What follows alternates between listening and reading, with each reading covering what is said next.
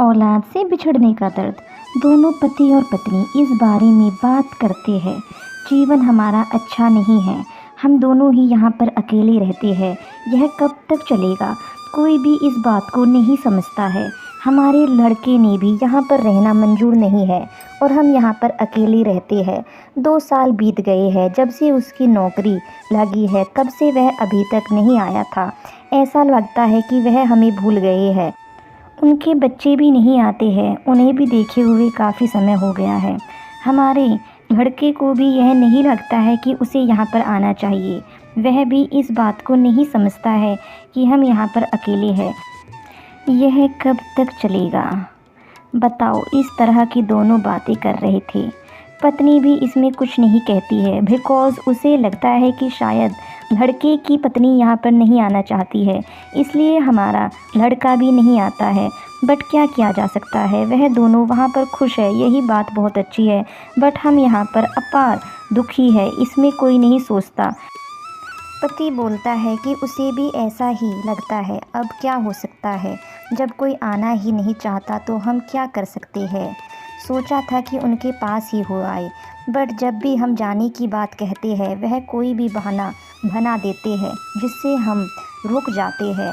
इस तरह हमें 2 साल हो गए हैं। वह अब बैठ जाते हैं, उन्हें सब कुछ पता है, उनका जीवन अब दुख से भरा हुआ है, वह कुछ भी नहीं कर सकते हैं। तभी उन्हें कोई आवाज़ लगाता है, कौन हो सकता है।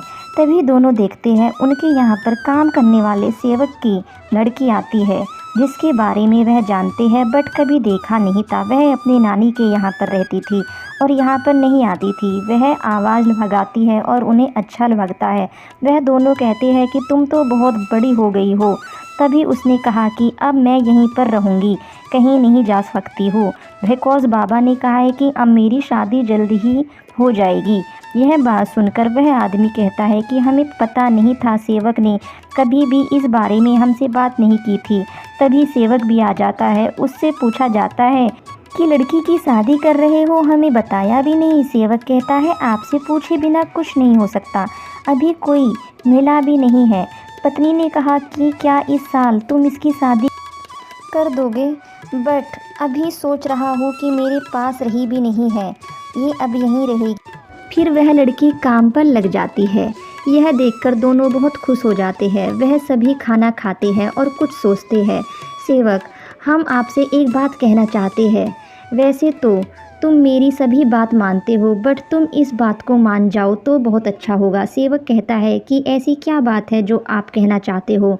आदमी कहता है जब तक इसकी शादी नहीं होती तब तक हमारी स्थय में हमारे साथ रह सकती है, बिकॉज़ मेरी पत्नी भी यहाँ पर बोर हो जाती है, उसे भी कुछ अच्छा लगेगा अगर कोई उसके पास में रहता है।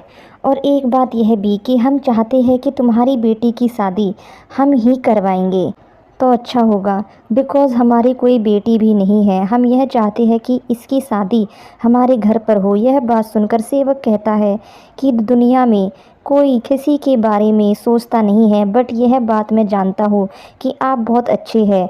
जब भी हमें ज़रूरत पड़ती है तो आप हमारी सहायता करते हैं, बिकॉज़ यह भी आपकी बेटी है। और सेवक ने एक बात और भी कही थी जो शायद वह दोनों समझते थे कि सेवक सब कुछ जानता था। सेवक ने कहा कि मैं जानता हूँ कि आप लोग अंदर से बहुत दुखी हो।